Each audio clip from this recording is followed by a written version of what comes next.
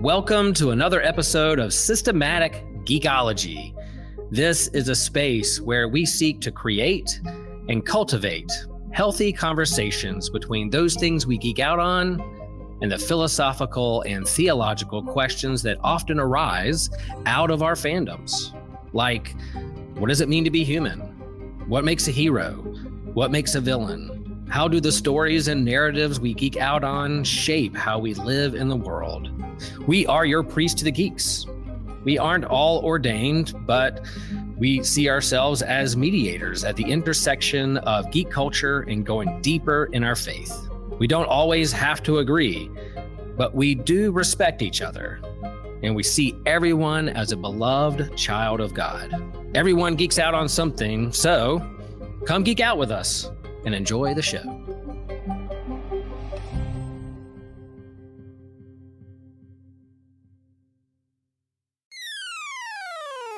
You're listening to an Anazao Ministries podcast. Who would shoot the devil? Well, that's what we're going to be discussing when we talk all about Hellboy, the religions therein, and we're going to focus a little bit on Hellboy the Crooked Man, both the comic and the recent movie that came out because it's recent, it's relevant, and we wanted an excuse to do that. I am one of your hosts, Joshua Noel. I'm a nerd. I'm a loser. I have a Kingdom Hearts Substack. That's my geek cred for the day. I'm here with the one and only, the wonderful Kevin Schaeffer. How's it going, Kevin? I'm doing great. I'm excited I know we've got a few setbacks trying to record this one, but I am very excited to get to it. So yeah, we've been trying to record this for like a month. Yeah. This was supposed to be like early October release for those listening. We were thinking because it'd be great for Halloween and that kind of thing, but hey, there is no bad time to discuss Hellboy, so we're good. Yeah, life happens. It's fine. Yeah. We're also here with the one and only, the one whom all of the demons in Hellboy comics fear and tremble before. The great voice of the world's favorite podcaster, TJ Tiberius One Blackwell. How's it going? It's going. Thank you. Yeah, just always have to build that up somehow or another, because you never fail to not follow through, and that's the bit. Yeah. All right. Well, today, guys, we want to, as always, remind everybody, if you could please rate and review our show on Podchaser. It helps the most if you do it there. So if you're on a laptop with podchaser.com, leave your rate and review there. If you're not on your laptop, you're on your phone, no big deal. Rate and review us on Spotify and Apple Podcasts. That also helps a great deal. I want to do a shout out to one of our patron supporters, Jonathan Augustin. Thank you so much, man. I actually got to meet Jonathan at Theology Beer Camp. He's an awesome guy, and he also supports our other podcast, the Whole Church Podcast. So shout out to ourselves, I guess. Yeah, that's the thing. Right on. Yeah, this episode is part of our annual theme. We've been doing religions in our fandoms. So if you want to hear more of our theme this year, you can go down below to the link in the description. We had a lot of really good feedback on some of the other episodes. We've had a lot of fun with this theme, and I'm really excited for next year's theme. Should I tell them what it is, or should we just leave that tease there? Oh, they should wait. Okay, I like that. I agree. All right, and with that, I mentioned my Kingdom Hearts Substack. That's what I'm geeking out on. TJ, what have you been geeking out on lately? Black Ops 6 came out recently. Season 1 starts in a couple of days because all games have seasons now.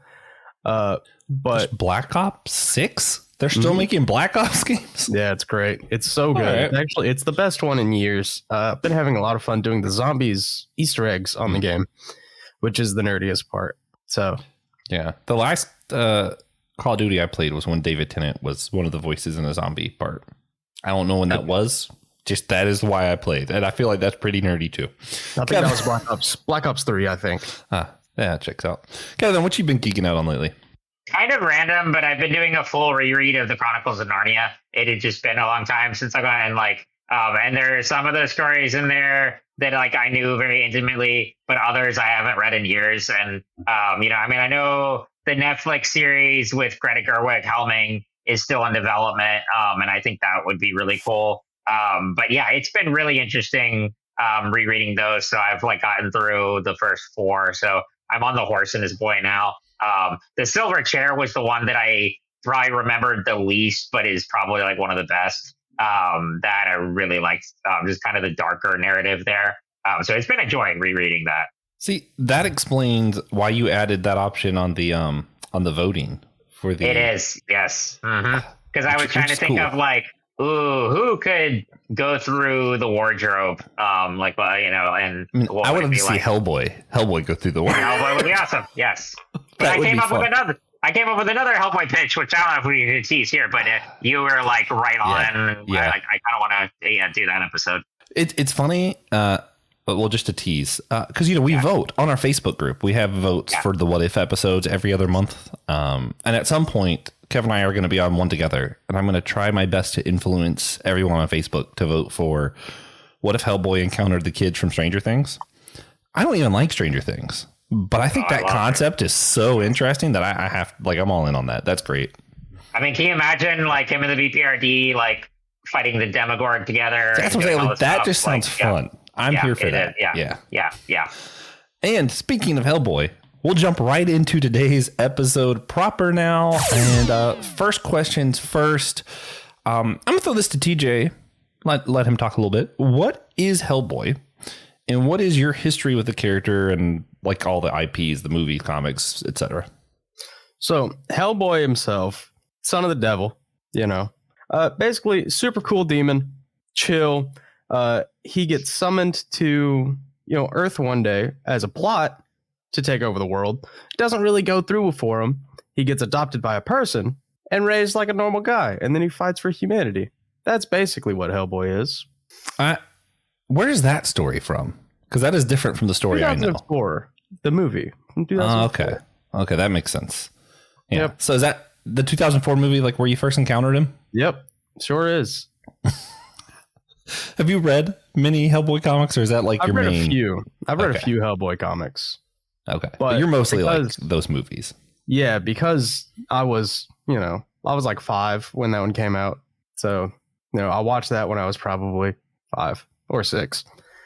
So I've just been like, to me, the picture of Hellboy is Guillermo Del Toro's Hellboy. That makes sense. What's interesting is that was definitely my first introduction. I remember I was at my grandparents' house. I feel like I'm safe to say this. And they go to bed early. And I found it on TV. And I was like, I can sneak and watch a cool movie. It says hell. This must be cool. I don't know what age I was, but that was where my brain was at the time. And I watched it and I was like, oh, this is awesome. And I really loved both the movies. And I kept waiting for that third one to come out, and it never came out. And I was like, you know what? Comic books are a thing. And then I was like, this isn't the same thing at all. And it's like 1 billion times cooler. For me personally, I love the Hellboy version of the comics because he's like a paranormal detective who also is part demon. You have a lot of those stories that are like, oh, but he looks like a bad guy because he looks like Satan. And it's like, oh, he's not. He actually defeated a few Satans and Beelzebubs and stuff before. The comic book version of what Hellboy is, and the version that I love so much, he is, I forget which devil, one of the devils, because Beelzebub, Satan, Lucifer are all different characters for some reason. But one of the devils, he's one of their child. It is a woman who, if I'm remembering correctly, I think she was a prostitute. Is that right, Kevin? Okay. That sounds right. Yeah. And in her pregnancy, she cries out to Jesus Christ. She's praying like a Catholic prayer. So the moment that he gets born, he's shot out of hell into the earth. And as a baby, it just ends up being kind of near some military dudes who are like, we'll adopt him. And my favorite of my favorite gag, I'll say, in Hellboy comics is the first issue. It has all these like demons trying to get to him. It's like, oh, we got to bring him back. He's one of ours. He can't be up there. Who knows what'll happen, kind of stuff. And then the general provides him with pancakes. And all of the demons in hell are screaming, no, for like a solid page, like a big front splash. And it's like, now that he's tasted pancakes, he'll never return to us. I just love that's just canon. If you've had pancakes, they're too delicious. You'll never want to do evil. It's just a thing. Yeah. Kevin. They lose that. They lose that over time. Oh, yeah, they do lose that. But it's still a hilarious gag that's just right there in the beginning. They just throw that in there. Yeah, it's a very quirky comics too. Kevin, did you have want to tell us about your introduction or anything with just who Hellboy is? Give some more insight. Yeah, so similar origin. The Del Toro movies were my introduction. And I think I talked about this on the podcast before, but I got to meet Ron Perlman at GalaxyCon this year, so that was awesome. But yeah, I mean, I love those movies. I think I discovered them in middle school. That was around the time I was really getting into Guillermo Del Toro and Pan's Labyrinth, and I just love the fantasy. Kind of like, I think, Joshua, you described it as like badass Harry Potter, which is a very accurate description for those movies. And yeah, I really fell in love with those. But like you said, once I got into the comics, I was like, oh, this is a very different tone and style. There are similarities with the character itself, but the tone and the pulpy aesthetic and the horror elements are very different. And so I really love the comics. I haven't read like all of them by any means, but I just got a Humble Bundle earlier this year, so I've been going through some of the more. But I have like a collection of the early graphic novels there. Nice. What I like most, I think, about the Hellboy comics is that it's never really told chronologically. Like, there are things you can piece together about his story, but a lot of times it's just these very self-contained narratives, and Mike Mignola pulls from different mythologies and worlds that he's really interested in and just crafts these variety of stories featuring the character and the BPRD, or the Bureau for Paranormal Research and Defense. And so I just really liked that it is different from a more structured like movie narrative.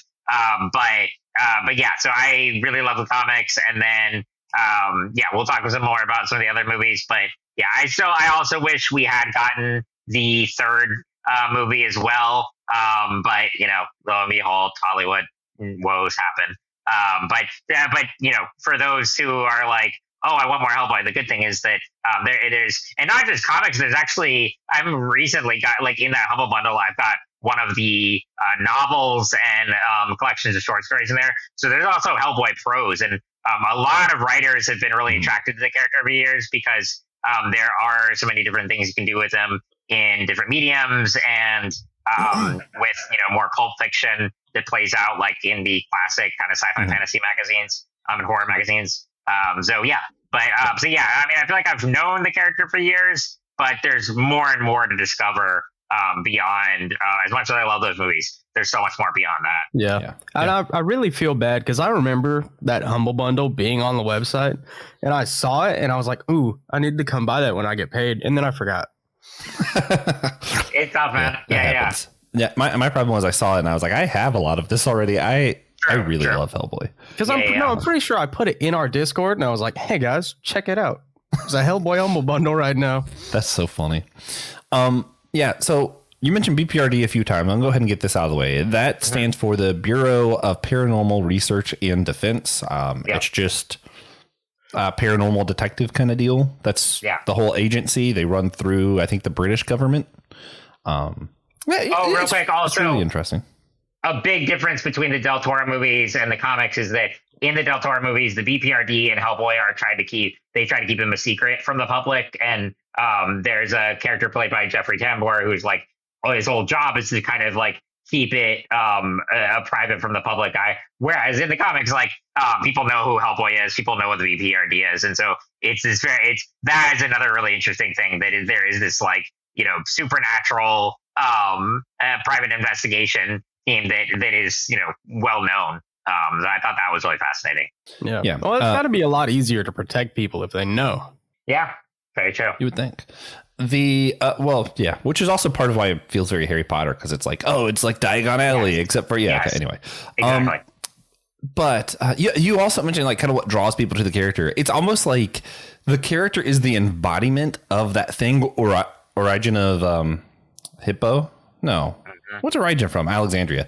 Got in so much trouble for way back when. The first time the church was like, oh, you're a heretic. Because he was like, what if the devil could be redeemed?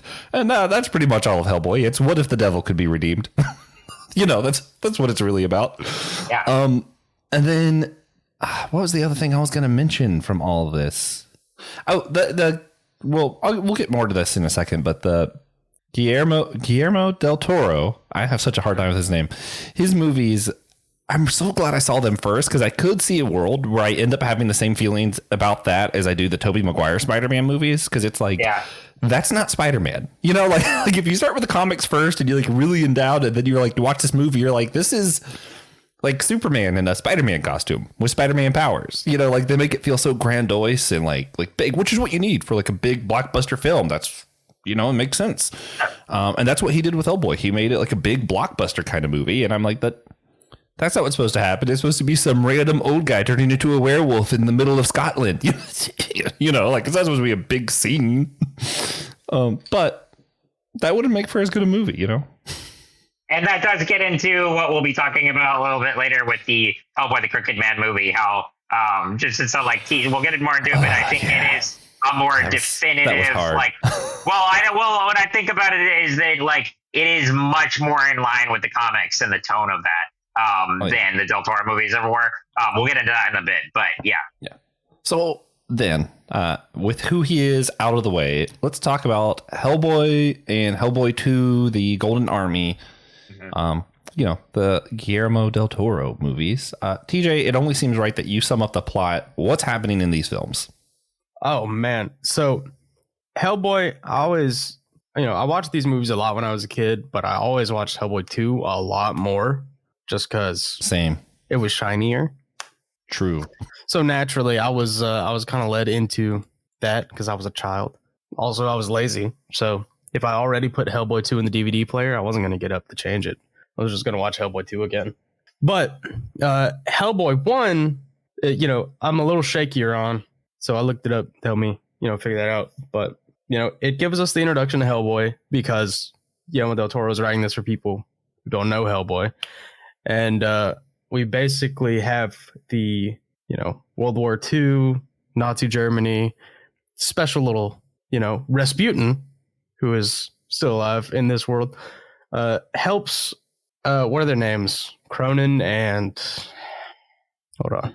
I couldn't tell you.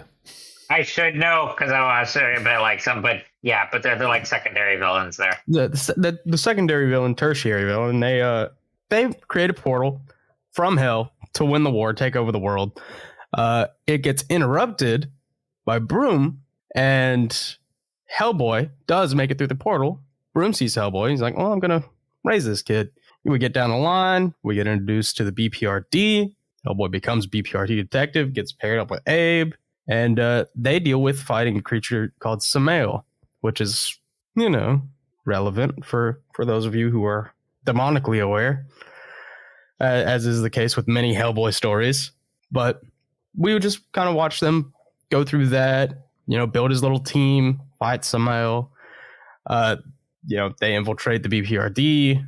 Hellboy gets distracted. They go back. It's a whole big, classic 2004 good action movie. That's what I think.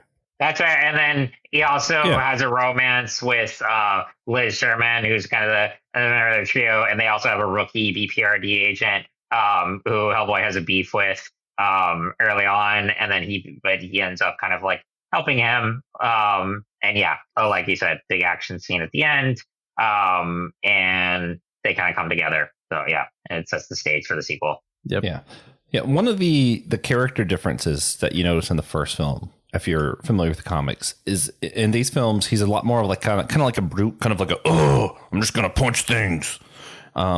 He's not exclusively that, but he's a lot more that than he is in the comics, where he's just kind of like, I'm here. No, I guess there's a demon. Yeah. He's very much a loose cannon that's like I was mentioning earlier with Jeffrey Tambor's character is trying to keep him on a leash, and there's that continual beef there. That's why he is like so upset that they send a rookie agent essentially to babysit him. And then I also like TJ, you mentioned Trevor Broom, who John Hurt plays in the movie. And that was, I think, one of the biggest, when I first read the comic, that guy is just dead in the opening pages of Seed of Destruction, not really given a backstory. And I was like, oh, wow, I thought this character was like really instrumental to his life and was the father figure to him, which, I mean, he does pop up a bit more later. But that was one of the things where Del Toro really made a big deal out of this character and their relationship, and how heartbroken Hellboy is when he's killed. Yeah, that was a good addition. There is a lot. A lot of change, I think, was actually really good. I think the pancake story would have been awful like in a movie. In a comic, you're like, oh, that's kind of funny. In a movie, I think I would have despised that. Like, it would have been infuriating, you know. Also, even the same thing with his character. Like, I feel like it can work in a TV show, but it's kind of hard to have your main character in a big blockbuster film be like, oh yeah, hey, there's a dragon. Like that just, it's hard to sell that. Check out our merch online at the SG Shop. There you can find clothing such as hat, extra soft t-shirts, sweaters, hoodies, and more things like glassware, mugs, bags, and posters. My favorite shirt design is the one that says all reading counts. So make sure you check out the store and find your new favorite merch. Yeah, I feel like in the comics, a lot of times he's just kind of there. Like, he doesn't even normally fight the demon, witch, whatever it is. The first time it shows up, a lot of the times, he's just kind of like, huh. Yeah. What do you almost think about that? Like Indiana Jones in the first one. Man, it's not on my wall. I can't read it anymore. And Raiders of the Lost Ark. Yeah. Sorry, I'm tired, guys. Raiders of the Lost Ark. Yeah, because technically you could take Indiana Jones out of that film and nothing really changes. Right. They talk about that on an episode of Big Bang Theory sometimes. Yeah, I love the movie, but I mean that's most of Hellboy comics. Like technically, if he wasn't there, not much changes most of the time. Right. Yeah. Whereas here, like TJ was saying, they make him instrumental to the fate of the universe and how his choice, of who he wants to be, impacts whether or not the apocalypse happens. Which, sorry, I hate to do this side tangent. It actually. It makes me realize, and it's a really interesting point, in the Hellboy comics, part of why he's such a big hero is because he isn't the person who's going to be the savior of the universe, right? Because like Hell tries so hard in Hellboy and Hell, they try so hard to get him to take the authority, be the ruler of Hell, and it's like, oh well, if you want to do good, rule over Hell, tell them not to do bad things, or it's like, there's all these temptations for him to take over Hell, take that power, take all this stuff. And Hellboy's like, nah, man, I just kind of want to smoke a cigar, hang out with Nick Polk at Theology Beer Camp and just kind of chill. Yeah, he's real. He's just like me. Yeah. But I but for real though, if Hellboy had that mentality that he needed to save everyone, or if he had that desire for power in the comics, everything would have went different. He would have just been the new Satan, and nothing really would change. So it's kind of like the thing that makes him a hero is that he's doesn't really desire those things. He desires a more simple life. Yeah. Did we get into the plot for Hellboy 2 yet? No. All right, TJ. Imagine the Chinese terracotta army, except it's demonic and made of gold, and the ruler of the Golden Crown gets to control them. That is the best description I think you could come up with. That needs to be on the Wikipedia for Hellboy 2. That should be the entire entry, actually. I'm adding it as we speak. Oh god, no, that's good. Yeah, it's a far more simple movie, but it's a lot of fun. It's so much fun, and I like what they do with Abe. Abe's pretty cool.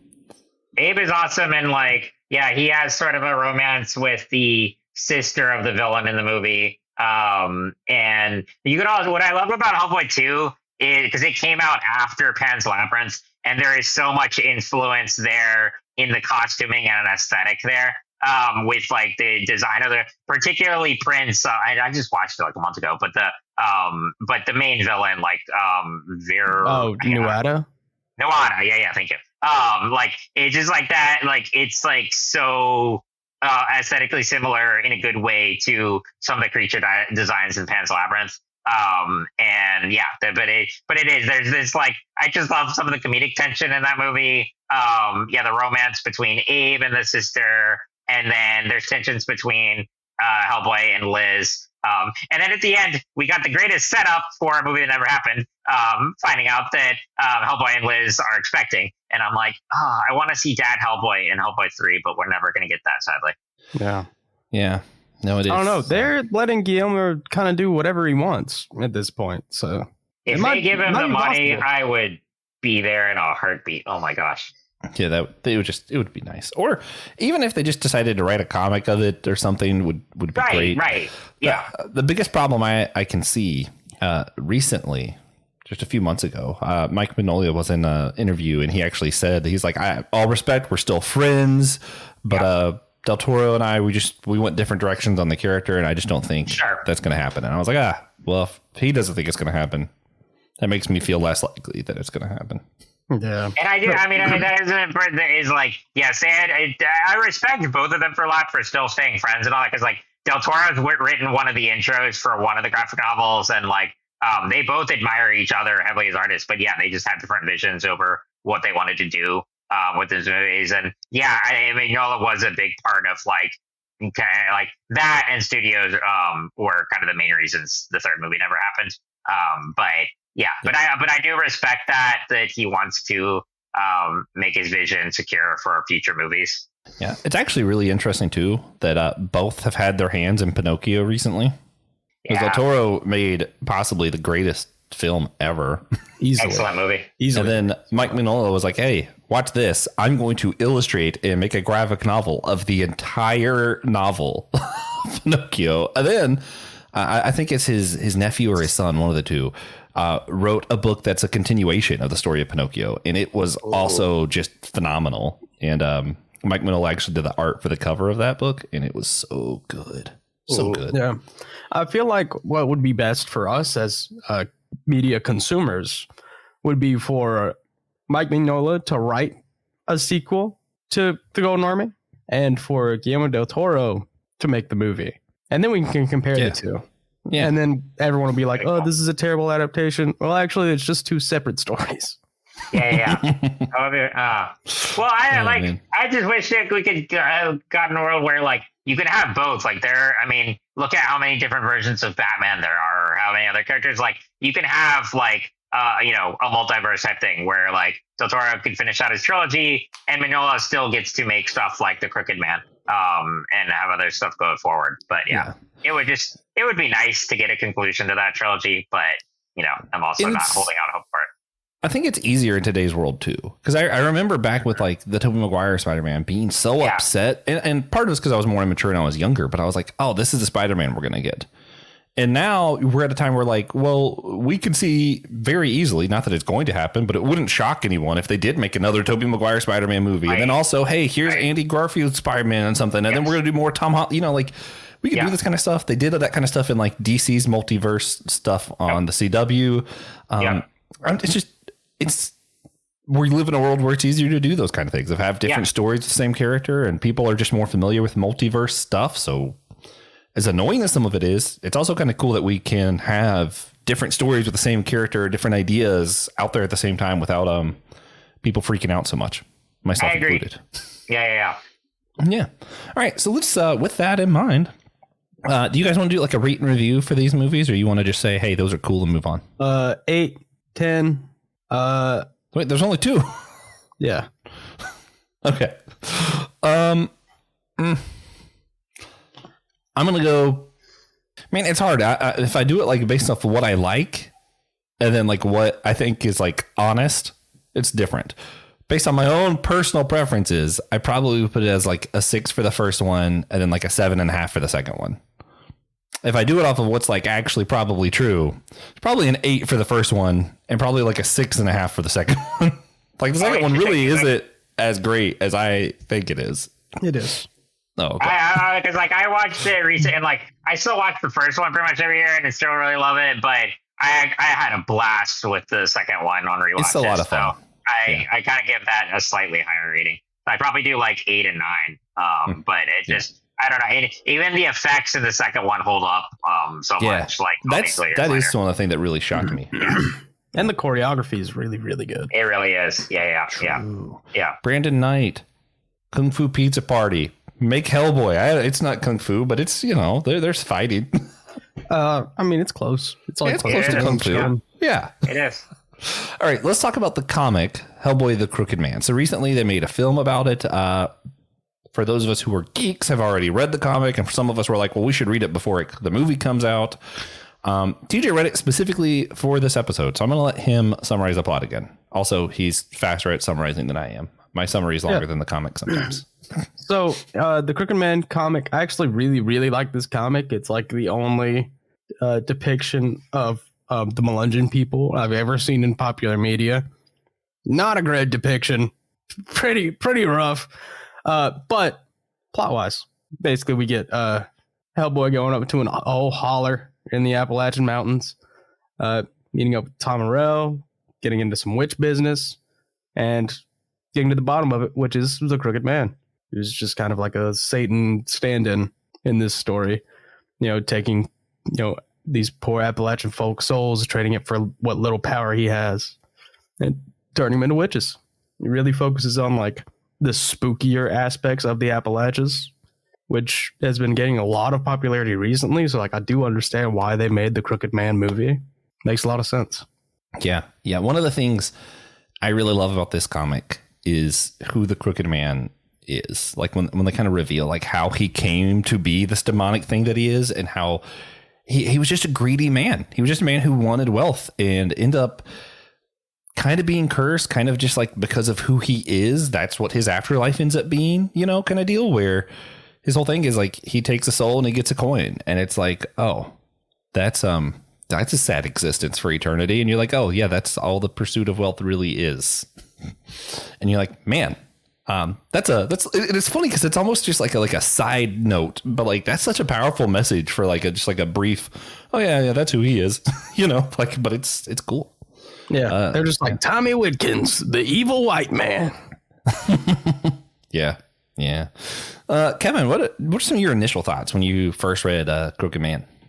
I love the art in this one. And like DJ said, I just like the rural Appalachia setting. And then we were talking earlier how oftentimes Hellboy isn't really the main character in a lot of his stories. And in this one, it is really the main character is this guy who had made the deal like with the devil when he was a teenager, and then comes back to this town all years later and is still haunted by it. I think part of him was hoping that enough time had gone by that it would be forgotten, and he's like, oh no, this is like the mistake I made all these years ago has now come back to haunt me. And he tried to run away, and he was in the military, and all these things happened. And so I really loved following his journey, and then of course just all of the pulpy horror elements of it. But out of all the Hellboy stories I've read, this might be some of my favorite art I've ever seen. And that's something because like Mignola didn't even draw this one. I have to look at the artist in a sec, but it is just a brilliant, and then like even just how terrifying the Crooked Man is. Like those pages where he's popping out at you, it is just like, holy crap, this is one of the like most terrifying villains they've ever created in this universe. So really love this comic. And also like in the trade, you get other stories in the back there. There was like a pirate one with Blackbeard and all this stuff. Yeah. So it was a great collection. Yeah. I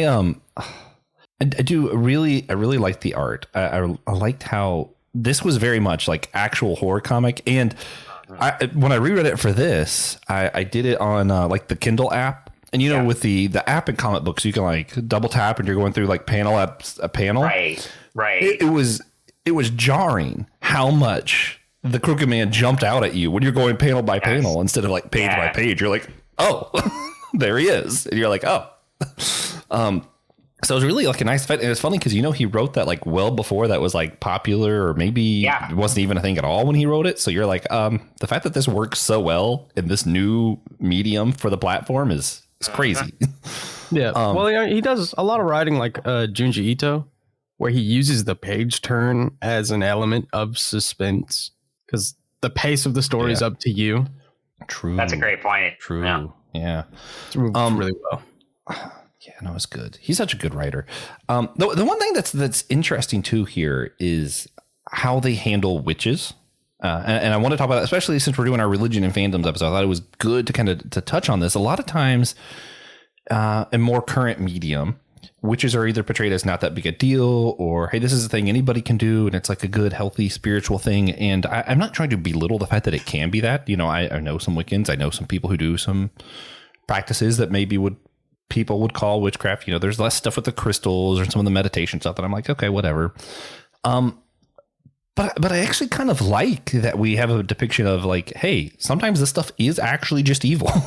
Like for me, I'm like, yeah, there's a dangerous side of this. And, you know, I say that in mind of, I also really like when they show Christians as something that could be dangerous. You know, I'm not one-siding this. I think any religion can be great or incredibly harmful. But how did you guys think of like how they portrayed the witches of the Appalachians in this? I love this. This is a good old school kind of witches your grandma warned you about when you were a kid. Got the witch's bone. This is the kind of witch they used to write songs about back in the day. I love it. I love in the comic that he includes the recipe for the witch ball. I was like, this is creepy. Yeah, and the thing, we just witch balls. They're just they're like little oak tree seed pods. Yeah. Super fun. They're also boiled cats and yeah, I used to throw those at people all the time. Yeah. Kevin, what about you? What are some of your thoughts around how they handled the depiction of witches in this?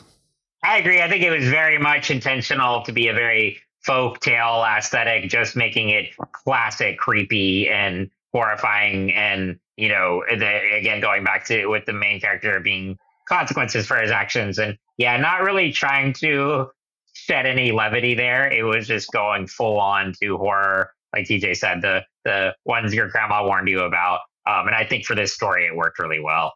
Yeah. Yeah. I don't think you always have to show that there's good versions too. You know, like, like if someone did a movie of, which is funny because one of my favorite movies sort of is this. Now think about it. If you do a film about the Crusades, I don't think you need to stop and be like, but there's good Christians too, guys.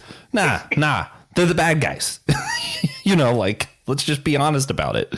And I think that's what happened in this story. Like we don't have to say there's good witches too. I mean, I think smart people reading this know that that's a thing, right? Like we know that there are people who are Wiccans who aren't terrible people who sold their soul to the devil and want to eat your soul. I mean, well, in the comic itself, we get Tom Morell, who is, you know, like the main character. He is a witch. Like he, you know, sold part of his soul for that power 20 years ago before he left the holler, came back, never let go of his bone. And he uses a little bit of magic, you know, to make the story happen and then gives it up. Yeah, that's actually, I think this happens in both the comic and the film. One of the things I really love is how they use the bone to kind of like draw a cross on the staff thing. I don't know what that thing was that the priest had. But, you know, they make it up to the top of the hill. There's a church. The devil can't enter a church, but Hellboy can, which tells you something about his character. And I think that's part of why they use this movie for like an intro to Hellboy kind of deal. But he's able to enter the church. They get in there and they use that bone, the witch bone, to make a cross on a staff that they're then able to use to fight off the witches and the creatures coming at them. And it's kind of like, I don't know, to me, and knowing Mike Mignola, I feel like it was probably intentional. It's kind of symbolic. And it's what Hellboy's all about, right? That which was meant for evil can still be used by good. And, you know, the Hellboy comics never confirm that Jesus Christ is real or that God is real. But you see time and time again, the things that are meant for evil can be used for good. I thought that was really powerful imagery. And the way it was done in the comics, it was very like, oh, you know, it was a lot more in my face that, oh, this was something evil that just created the symbol of the cross. Yeah, I mean, because, you know, in the comic book, the priest is like, "I'll take it in my hands and I squeeze it," and he starts, you know, praying, and it's a shovel, by the way, in the comic book at least. I think it's probably a shovel in both. He draws a cross on a shovel, and Hellboy just hits the crooked man with it.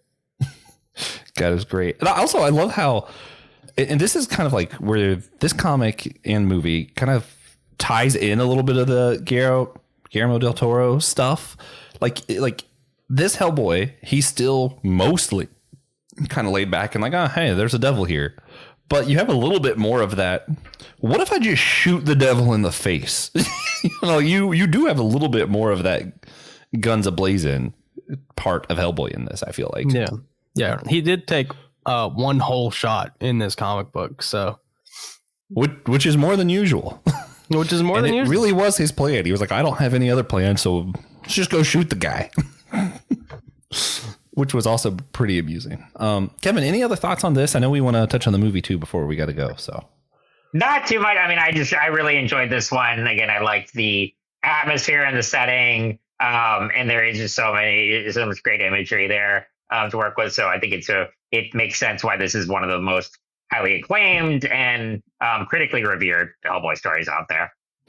Yeah, yeah, and of course you also have the storyline of the witch that enticed the main character whose name I forgot, because he was like, "Oh, this is a pretty woman," whatever. He kind of fell for her, and that's part of why he did the witch thing in the first place. And then at the end, and I think there's even a whole separate story about it. You see her; she's like this old, ugly, shriveled up person because like all of her beauty and stuff was coming from the witchcraft, and you're like, "Oh, yeah, deception bad." And classic witchcraft, that's what it's all about. It's about deception and working with the devil. They turn her into a horse. Yeah, I forgot about that. That was kind of funny. Actually. She turns Tom Morell's dad into a horse, abuses him for the 20 years that he's gone from the holler.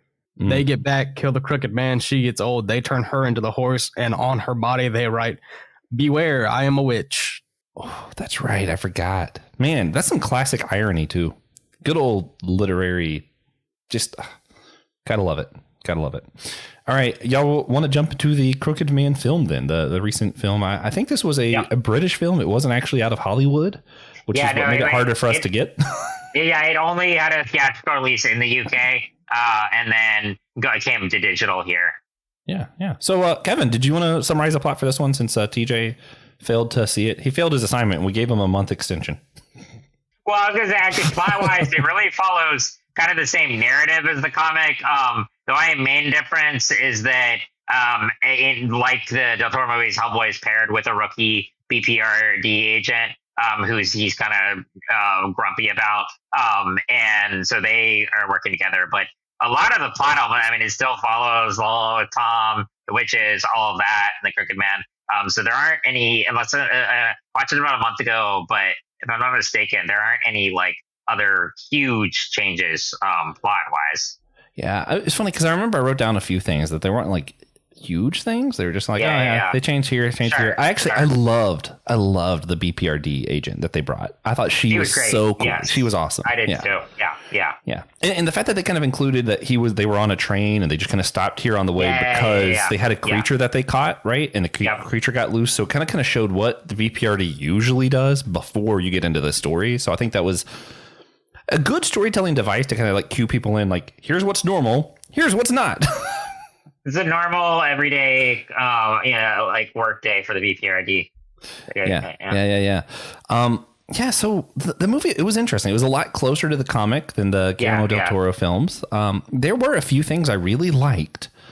Overall, I think the consensus is this was bad, like from most critics and stuff. Like, I was telling a friend about it right after I watched it. I'm like, okay, am I going to say this is a definitively good movie? No, but I have a lot of respect for it that, as much as as much as I love the Del Toro movies, I liked that this one was more closer in vision and execution to the comics, and it was clearly the one Mignola wanted to make. And I actually don't even mind that it was a lower budget movie. I don't think that every comic book movie needs to be a multi-100 million blockbuster movie. Cough, cough, Joker too. They did not mean to that, and look what happened there. But like, I still think it could have benefited from a slightly bigger budget. Just so that the special effects and stuff didn't look like a YouTube fan film. And the directing could have been better. The script itself, like Joshua, you and I were kind of like talking about this. How it's like, yes, in the comics it kind of works where they don't even give like proper introductions to characters. It just fits with that pulp narrative, but it's why it doesn't translate as well to film. Especially if this is like your introduction to the character, you're like, what is going on here? So there is a lot of those moments where it doesn't work as well. But yeah, that's where I have a hard time like categorizing, because I'm like, I'm not going to say that this movie is trash and like I didn't like it at all. There was quite a few things I enjoyed. My takeaway was actually like, I wish that, because I really don't like the 2019 movie, but I loved David Harbour in the role.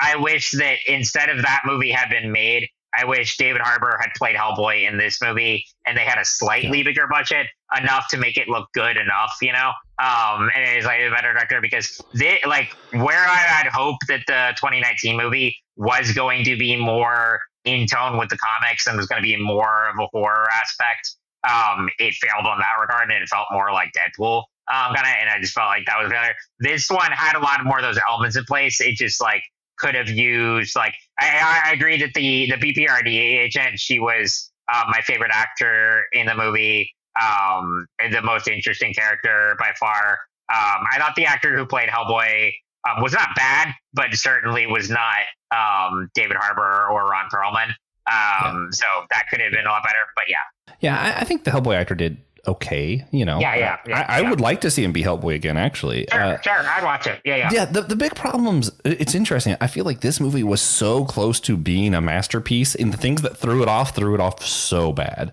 Because it was stuff like, for me, it wasn't even like the CGI and stuff. I actually feel like that adds to it, that it was kind of bad. It makes it kind of have that folksy thing that like can build that like, fringe following. What happened though was like the dialogue was just, it was like they read the comic book. They were like, yes, this is my next line. Yes. I'm like, okay, you can't do that, guys. And then like some of the transitions. So in a comic, what's interesting is like you can go from panel to panel, and there's kind of like a suspension of disbelief kind of deal where you're like, you can imagine any amount of time between one panel and the other. So it just doesn't feel as harsh when stuff happens, like all of a sudden everybody's walking up a hill and boom, here's this guy who's like, I met the devil once. And you're like, oh, what? Like in a comic, you're like, okay, yeah, this is interesting. I wonder how they got here. In the movie, when that just happened, you're like, hold up, man. You don't just pop up out of nowhere and say, I met the devil once. See, in the book, he really does, though. He just shows up. Like, Hellboy is in this house helping these people with what they think is like a witch's curse. And he's just kind of sitting there like, y'all got witches around here? And then Tom Morell walks in the door and he's like, hey, I heard voices. Thought I'd pop in. What's going on in here? Yeah, it just, for some reason in the comic, I'm just like, it's almost like I expected it because like it's quirky, it's whatever. And then when it happened in the film, I'm like, this is too jarring. Like this completely took me out of what's happening. But it also points to like the difference between the mediums, because anyone who says that like, oh, comics are just storyboards for movies and TV shows, I'm like, I disagree, because you can have a lot more of that story in between panels that takes place that comic readers are used to, whereas it doesn't translate as well to film when you do it, the exact same format, trying to mimic that. And, like you can have more, like introductions and pacing, and structure it differently for a film than you can in a comic. Yeah, and those are things I think that really hurt the film the most, was just pacing, and then again the dialogue was just not. It wasn't great. It wasn't very. There wasn't a lot of emotion into it, which again, that's part of the comic, right? Like Hellboy doesn't have a lot of emotion, right? But in film, it's like this. That's kind of weird. It kind of makes me feel like Guillermo Del Toro might have been right to just be like, hey, let's just do something completely different. And not attempt to do this, because like it's hard to translate something like this into like a movie, because you do have to change quite a bit for that same story to work in a different medium. Yeah. But all that said, I thought it was fun. Like I still I would recommend it. I thought, to me, I think the best parts were the BPRD agent's character, because she has studied her whole life but hasn't done a lot of field work, and that's kind of like they build on that, and like what it's like when you're actually face to face with the devil instead of just studying it. And for someone who's been religious my whole life, and I'm in Pentecostal circles, I know something about a little bit of something about some of this, where people who are like been Baptist their whole life are like, oh yeah, I study demonology, and they say stuff, and I'm like, have you ever met someone who said they were possessed with a demon? I'm like, okay, you don't understand some of this. Like, I'm not trying to be arrogant. I'm just like, some of this, it's not as like dry cut as you think it is. And kind of like seeing them play on that in the film, I was like, oh, I loved that.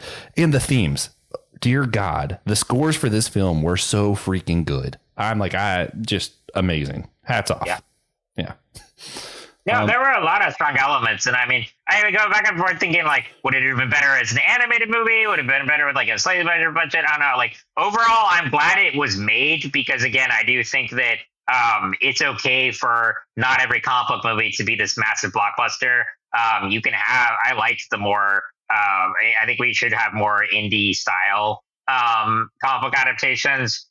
So I'm glad it got made, and I hope kind of like they get, if they want to continue making more Hellboy movies, like with this actor, with this team, like, if they could get slightly better dialogue and, not a massive budget, but just enough to make it look good enough, if that makes sense. So I do respect that Mike Mignola got to make the one that he really wanted to make, and I hope we get more of that in the future. Yeah, for sure. So just in general, what Hellboy asks us, what these comics and different stuff are really getting at, the big thing before we walk away that I want to kind of address is what makes a demon? What makes a monster? You know, like biblically, we have a lot of arguments about this. Was Hasatan and Job really Satan, or was it just, you know, the adversary? Or like, is there even truly a devil, or is that like a stand-in, a symbol in our biblical language? And you have a lot of this in the Hellboy comics. Like, can Hellboy be a demon and still be a good guy? Are all witches, you know, evil? You know, we have some of these stories. So I just want to throw it to you guys to say, like, to you, what would you say makes a monster or makes a demon? You can answer those separately or together. It doesn't really matter.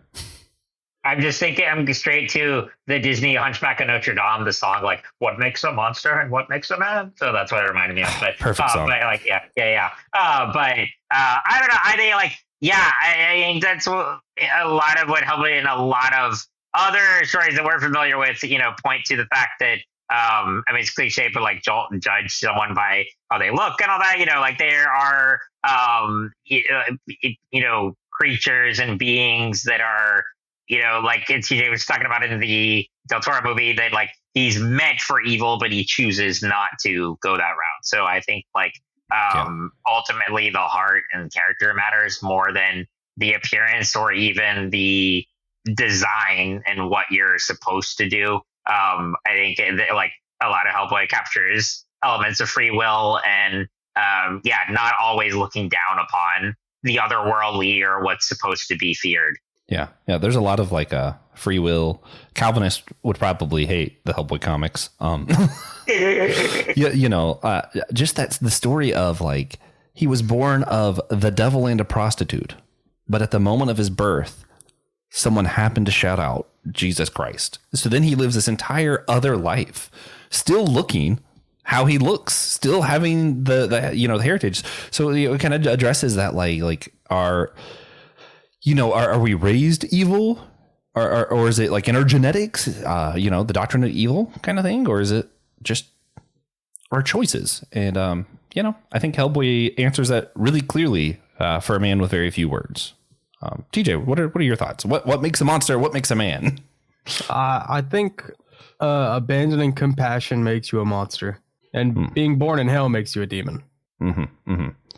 So Donald J. Trump, that's a monster, right? Yeah. All right. Glad we all agree here. With that, it's time to go to the wrap. I'm glad that TJ just let me do that. I thought he was going to call me out for saying that. Hey, I'm with you. We are skipping our bonus question for now, just because I'm the editor and I have a lot of stuff going on in my life with moving and family emergency and stuff. We talk about that some on Whole Church. If you want to know more what's going on in my life, you can. If you don't, no worries. I'm not worried about you knowing it. All that being said, it's time to give our recommendations. I'm going to recommend something I mentioned on a recent comic book catch-up, the graphic novelization of the Tao Te Ching. I'm trying to remember who the illustrator of that was, but it was really good. Her last name is Kwok, Kwok, but I can't remember her first name. But look it up, you'll find it. I promise. Kevin, do you have any recommendations for everybody? I was saying, since we were talking about Del Toro stuff earlier, one movie of his that I think is really underrated, that I really enjoy and watch every Halloween season, is Crimson Peak. Tom Hiddleston is in it. Charlie Hunnam, a lot of regulars. It's not a horror movie. It's more of it's what it categorized as gothic romance. And so it follows this woman who is haunted by ghosts, and there is a creepy romance there and all these things happening. But I really enjoy that movie, and I don't think it gets enough credit. So I would go check that out if you have not seen it. Yeah, I'd say if you're just a fan of horror or want to get into Guillermo Del Toro, check out the Cabinet of Curiosities. It's on Netflix, horror miniseries. It's pretty good. It's not his best work, because of the Hellboy movies, but it is really good. Yeah. Man, I was trying to see if I had any recommendations for like people to study up on like Wiccan stuff, but I really don't. I just don't find it that interesting. Sorry. But I do know that there are Christian witches and a really deep history in the Orthodox faith of that, and maybe you know, just Wikipedia. Yeah. That could be a thing. But hey guys, again, if you're on your laptop, please go to podchaser.com, leave us a rate and review there. That helps the show a lot in the algorithms and stuff. If you're on your phone and you're on Spotify, you can do the little 3 dots. It'll bring back where you can rate and give us up to 5 stars. That helps a lot. Apple You can Podcasts. you can leave a comment now. So Oh, Spotify has comments now. That's good to know. Apple Podcasts, you can roll down to the bottom and rate and review. Comment there as well. Again, I want to shout out our supporter, Jonathan Augustin. You rock, man. And if you guys want to support the show, you can do so on Apple Podcasts, Patreon, or on Captivate directly. Again, this is part of our annual theme of religions in our fandoms. So link down below if you want to hear more episodes like this one. And remember, we're all the chosen people, the geekdom of Priest.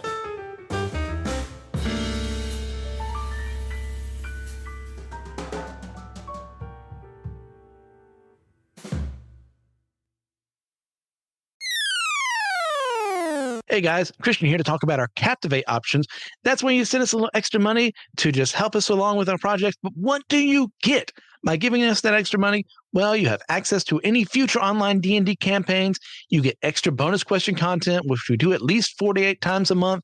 You can make a one-time donation here of any amount to help support the show.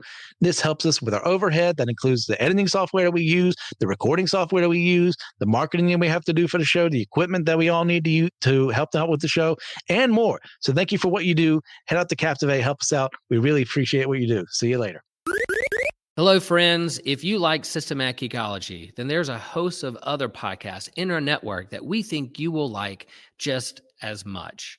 And so we're part of the Anazal Ministry Podcast Network, and we hope that you can hop over and subscribe with all the podcasts that are on our network. Like, for instance, The Homily, which is, Pastor Will Rose's sermon here in Chapel Hill, North Carolina at Holy Trinity Lutheran Church.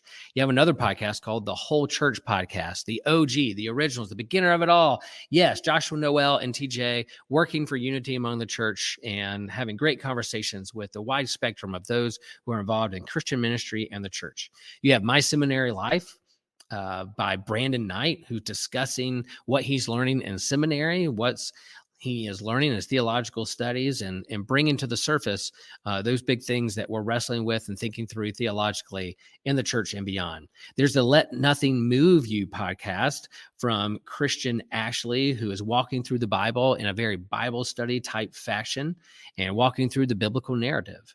You have Dummy for Theology. I don't think Joshua is a dummy, but hey, he's going to lift up theological themes that he's thinking about and wrestling with. And maybe there's not a lot of answers, but there's definitely a lot of great questions out there that he's lifting up with some great theologians across the whole spectrum of Christianity.